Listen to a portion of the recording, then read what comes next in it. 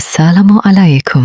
आज मैं आपको एक ऐसी कहानी सुनाने जा रही हूँ जो शायद सुनने के बाद आप किसी भी पुराने घर के बैंड कमरे को कभी हल्का ना समझें। ये कहानी है सरा की। सरा एक 22 साल की लड़की थी जो शहर से अपनी नानी के गांव सिर्फ गर्मियों की छुट्टियां गुजारने आई थी। नानी का घर बहुत पुराना था, लकड़ी की दीवारें, पुरानी तस्वीरें और हर रात चलती हुई हवा की अजीब सी आवाज। लेकिन इस घर की सबसे अजीब चीज थी एक बंद दरवाजा। हर रोज सारा उस दरवाजे के पास से गुजारती और हर रोज उसकी नानी सिर्फ एक बात कहती, इस दरवाजे को कभी मत खोलना। सारा ने पूछा, नानी इस कमरे में ऐसा क्या है?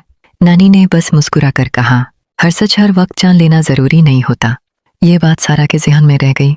एक रात तेज बारिश शुरू हो गई, बिजली खमकी और अचानक बैंड कमरे के अंदर से किसी चीज के गिरने की जोर से आवाज आई। सारा का दिल जोर जोर से धड़कने लगा। उसने हिम्मत की और दरवाजे के पास गई। दरवाजा बंद था, लेकिन उसके नीचे से हल्की सी रोशनी नजर आ रही थी। सरा डर कर वापस अपने कमरे में चली गई। अगली सुबह उसने पूरी हवेली में पुरानी चाबी ढूंढना शुरू की। कई घंटों बाद उसे स्टोर रूम के एक पुराने संदूक में जंग लगी हुई चाबी मिल गई। शाम होते ही उसने चाबी उठाई और धीरे से बंद दरवाजे के ताले में लगाए। क्लिक, दरवाजा खुल गया। कमरे में बहुत गार्ड थी, एक पुरानी कुर्सी, एक टूटा हुआ आईना, एक घड़ी जो बरसों से रुक चुकी थी और कोने में एक लकड़ी का संदूक। सारा ने संदूक खोला। उसके अंदर पुरानी तस्वीरें, एक छोटा सा लॉकेट और चमड़े की पुरानी डायरी रखी थी। डायरी के पहले सफ़े पर लिखा था, अगर तुम ये डायरी पढ़ रही हो तो तुम सच के बहुत करीब हो। सारा ने डायरी पढ़ना शुरू की। उसमें लिखा था, कई साल पहले इसी घर में जोया नाम की एक बहादुर लड़की रहती थी। एक रात गांव में अचानक आग लग गई। सब लोग अपनी जान बचाने के लिए भाग रहे थे, लेकिन जोया को याद आया कि उसकी छोटी बहन घर के अंदर रह गई है। सबने उसे रोका, मगर वो जलते हुए घर के अंदर दौड़ गई। उसने अपनी बहन को बचा लिया, लेकिन खुद बाहर न आ सकी।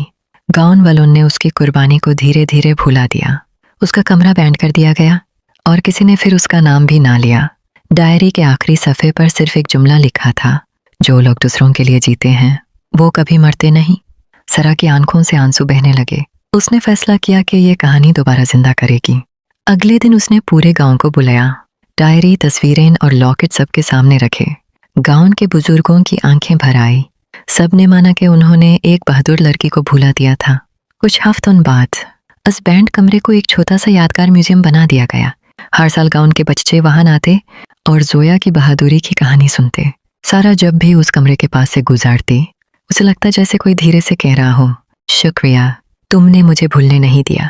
और उस दिन सरा को समझ आ गया कि कुछ दरवाजे डर के लिए नहीं, सच को दुनिया के सामने लेने के लिए बैंड किए जाते हैं। The end.